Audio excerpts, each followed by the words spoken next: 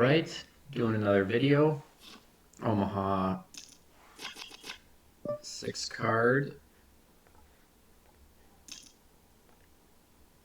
It says 5 card, but it should be 6 card. Omaha high-low, 6 card, 2550, playing heads up.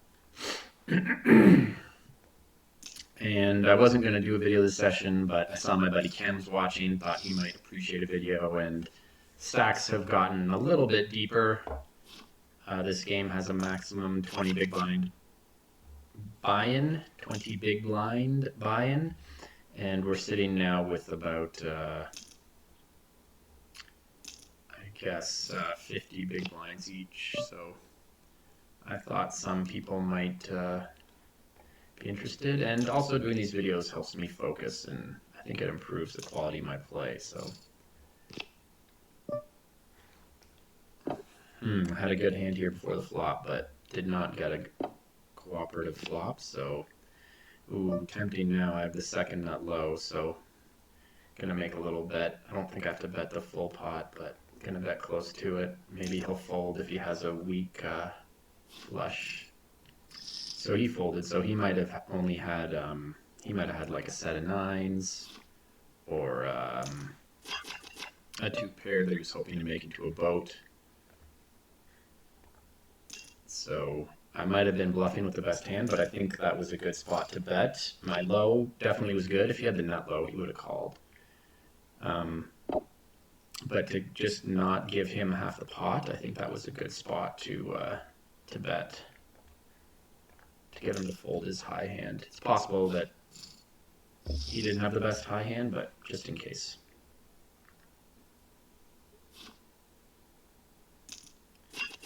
And that's one of the great things about high-low is the board is always changing not just what's the nuts on top, but the nuts on the bottom. So changing whether you're going to get half the pot or the full pot or a quarter of the pot. So you got to reevaluate, you know, put your opponent on a range and then reevaluate every street.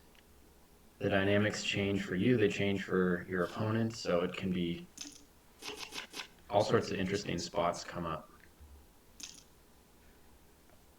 And in 6 card, people give you a lot of credit. Your opponents have hands a lot of the time, but people will give you credit. With 6 cards in your hand, it's not hard for them to convince themselves that you've got the flush or that you've got the boat. So you got to really be thinking, what's my opponent's range and what's my range in his mind, and is this a good spot for me to be stealing, or oh, this hand's pretty bad, but just because he min-raised, I'll take a look at a flop. Really don't want to go any further without seeing a queen or like an ace and deuce on the flop. So now I have a full house, but it's the worst possible full house, and I have no low, but I am going to play this really aggressively. I don't think he's going to fold a worse full house than me. So I'm kind of turning my hand into a bluff, but the reason I'm doing that, sorry, I'm not turning my hand into a bluff. I'm going to bet him off all the value that I could be getting in that hand, but the reason I'm betting him in that spot is, and letting him fold, you know, worse high hands, is hoping that he'll fold a low if he had a low there. Like if he had, you know, anything that was a low, an 8, high, low. Just want him to fold it so that I can scoop there. Just win what's in the middle. Not really scoop, just win what's already in the middle. So this is a not great hand for me. I bet the flop with top 2 and an open-ended draw. I guess a little better than an open-ended draw, actually. But those hearts on board don't help, so could bet here. But I think I'm just going to check. He checks as well. Ooh, that's a good river. So he might have bad hearts, or he might have been calling also with a wrap or something like that. I'm definitely going to bet here just in case he had 9-7 or pocket 7s. I think I can bet a little bit more than this and get called by some hands. So just a little more than 2/3, and he calls right away. We might have the same hand. Nope. So he definitely had, you know, a pocket sevens or a 9/7. So he was happy to check that turn. When the flush came, he thought if the board pairs, he might be good, but obviously I made the better full house there. It would be really strange if he was slow playing, you know, an ace high flush on that turn. That's not something that you should do with a low draw on the board unless you had ace deuce as well. And this hand is kind of interesting. I've got bottom two, and I have a low draw that's not terrible. It's the third best low draw, but just because I can't really improve my high hand, I don't have the clubs, I don't have any, there's no straight draws. I'm gonna give that up, give up my equity with bottom two and a low that I'll never be too confident with.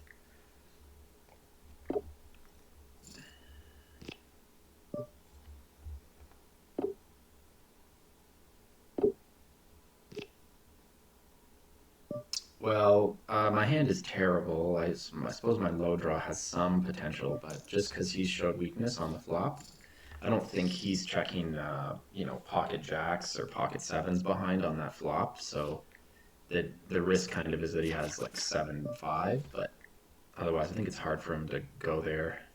Continue. He might continue if he has ace deuce or a flush on the turn, but I think that's a good spot just to fire, just try to get him off. Just one pair hands and that kind of thing. I don't like this hand, so I'm just folding it. I think I'm playing a lot of hands. I haven't checked. I'll check right now. Only playing 61%, or I'm only VPIP 61% before the flop, which is low, actually, for heads up. I usually am playing more than that.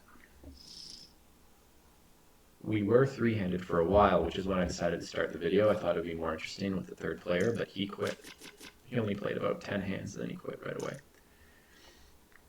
So this hand, it isn't even that great. Ace deuce 5 and the pair 6 isn't that helpful. It is a suited ace.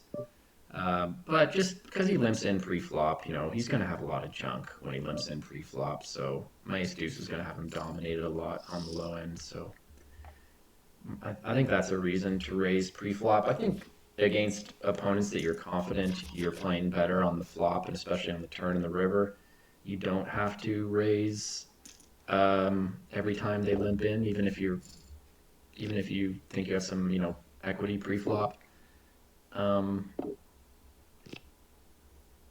Because most of your equity comes from making mistakes, you know, on bigger pots. So just seeing the flop can be very profitable. I've got top two here, but I don't have the flush draw, and there's not going to be a low. And I don't have, you know, there's a lot of straights that beat me, so just folding, even though I only bet 50 there.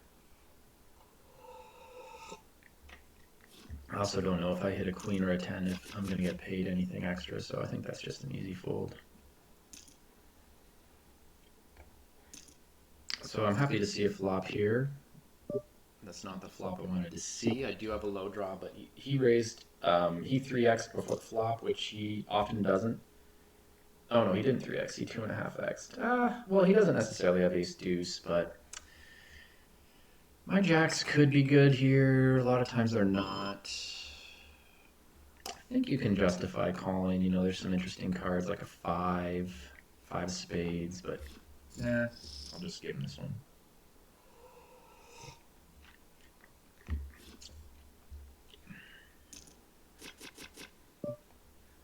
I like this hand a lot better. Obviously, I'm in position. Suited ace here, suited king, and then ace 3-4 is pretty good for a low draw.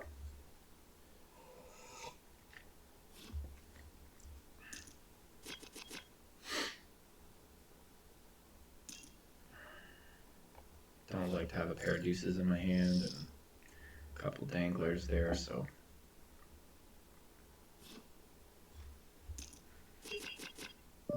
Here's a great hand, suited ace.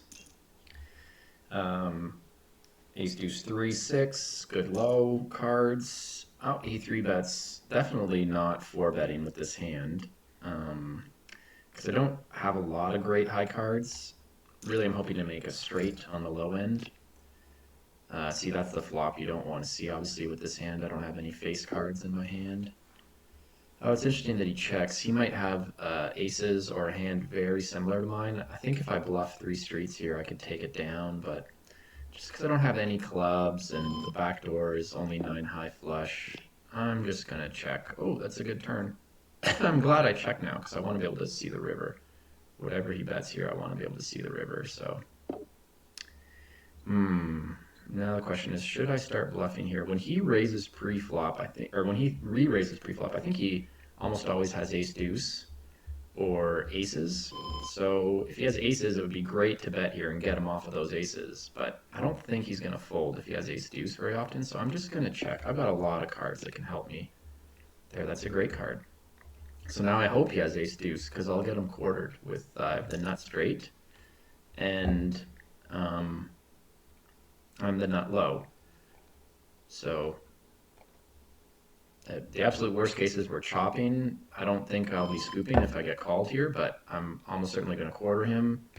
So I think jamming is the best thing here. No need to just min raise or raise for less value. I don't think he's folding ace deuce if he has it. So there, he just folded. So maybe he had ace three and pocket aces or ace three and two pair, but I think the best play there is always to jam and try to get called by ace deuce and some other worse high hand and quarter him. Could have min raised him, but then but also keep in mind I might have saved myself. No, I was probably scooping. I was about to say I might have saved myself his quarter of the pot, but if he folds, I'm scooping there for sure. So.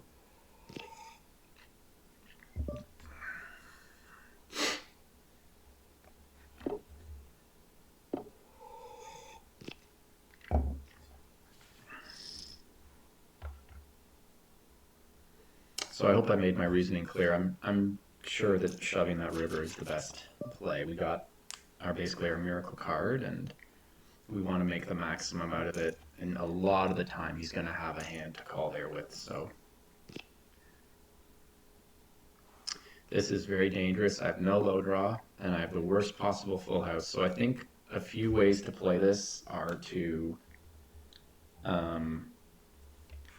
just check and keep the pot small, or to bet now and really try to take it down before he gets a low. And that's what I'm going to do. I raised before the flop, so he should be worried about me having ace deuce. And I don't think this check raise of his is ever a bluff, so I'm not mad that I bet. I think he's got 8-4 or pocket eights even. Sometimes he might just have ace deuce, but I don't think he even just has ace deuce. I think he has an 8 at the worst. Maybe it's ace deuce 8 without the 4, but I'm not too mad that I bet that flop. There's no good cards for me on the turn except for a 9, so having no low draw really hurts in that hand.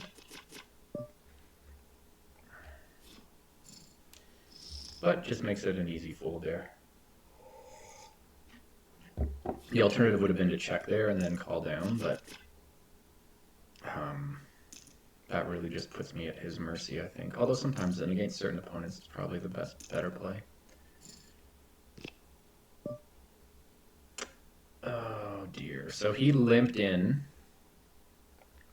and then called a raise. So I'm just going to fire one time here, just hoping he doesn't have an ace, and he doesn't. So I almost don't play hands that don't have an ace in them because the ace is the best high card, it's the best low card, and when you've got an ace, it just means your opponent is less likely to have 1 or 2, so it's a great card to have in your hand in high-low, just like all forms of poker, but some of these guys will call raises without aces in their hands, so it's a little surprising to me, but you know, he could have had king, king, queen, queen, something like that. Or king, queen, jack 10, you know, something that he looks pretty as a high hand.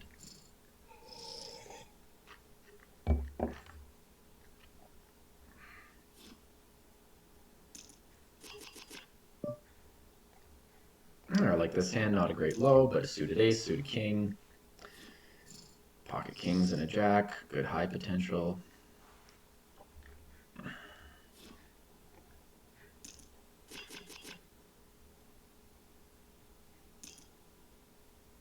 He min raises, but this hand is particularly terrible. I think you can call or fold, and I'm just gonna fold right now. I think obviously with against a min raise, you can call with a huge percentage of hands. Just that particular hand, really, I'm not crazy about.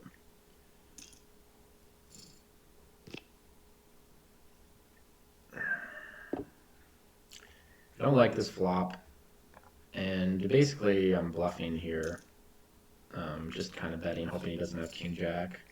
But I don't want, there's so many turn cards I don't want to see, like a queen and a king or a jack, that I don't want to just check behind. And I think you can, there's nothing wrong with it. Especially if you want to get to the river for some reason, but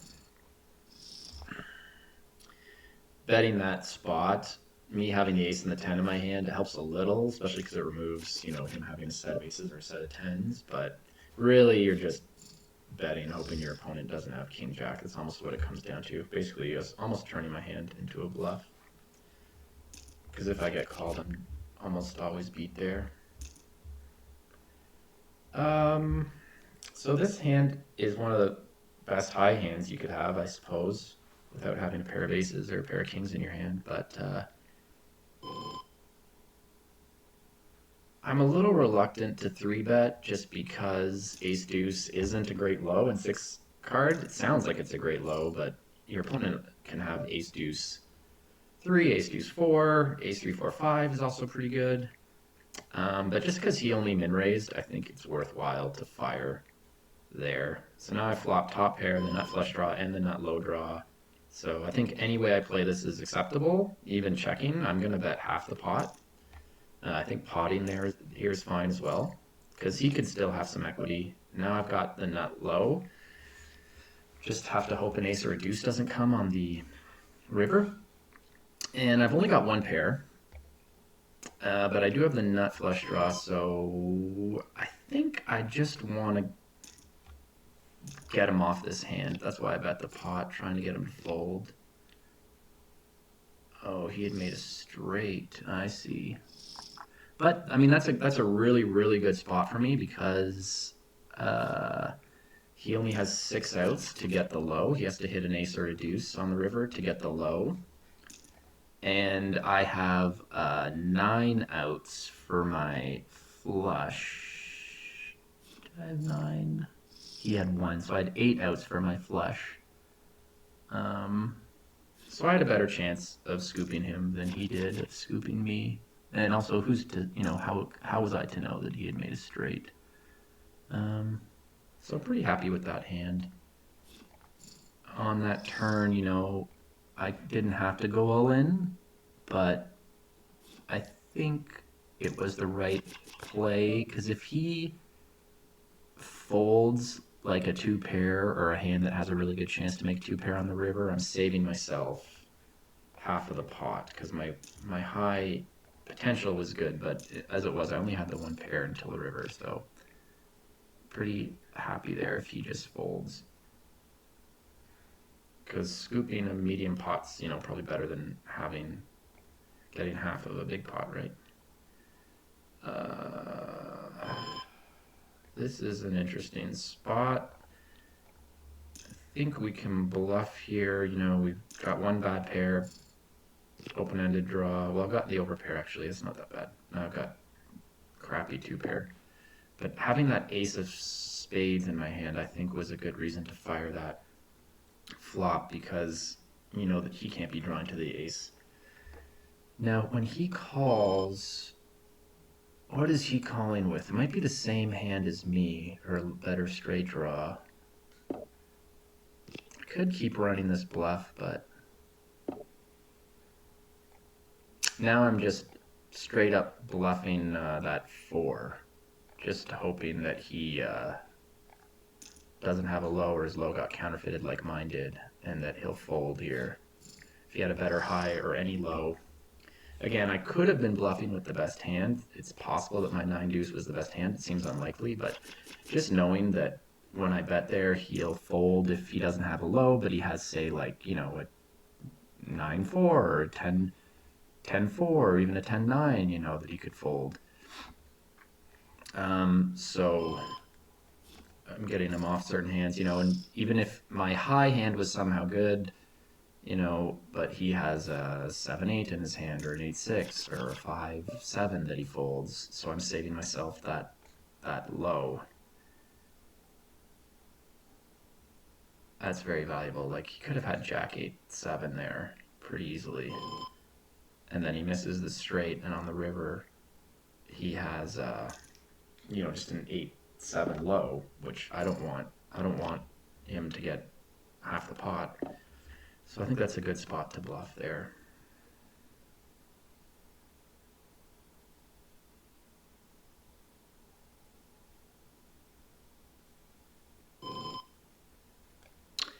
I'm just gonna bet because I don't think my hand has any equity any other way.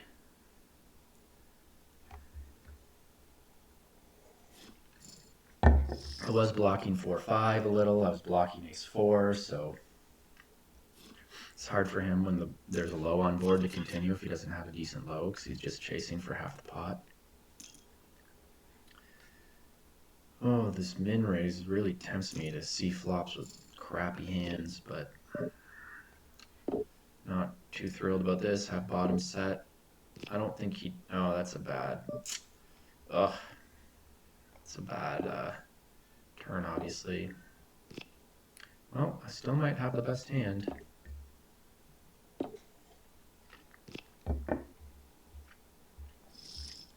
I don't see any reason to bet, though, on the turn. I don't think he's calling with anything that isn't a straight. Unless I just want to try to get him to fold pocket jacks, but pretty happy with that outcome. Ooh, this is interesting. And again, I really like my ace-deuce-3, but my high isn't that great. I just have a king high, flush draw, and just this lone ace. This is obviously a good flop for me. A lot of times I think he's going to have pocket aces or ace-king, but I've got my deuce-3, so I have the best low draw, and he might not even have deuce-3 in his hand. Oh, wow, he just kind of spazzed out here. He didn't even have much, so that's a scoop for Agent John. Yeah, I don't know why he 3-bet me there. I guess he was just getting impatient. We'll see if he rebuys now. Sometimes these guys, when they get impatient, they just quit. Nah, that's what I thought. Well, that was a quick 22 minutes and a quick 3,000 bucks, 2,700 bucks. So good video. Thanks for watching. I hope my reasoning sounded clear. Let me know what you think. Thank you.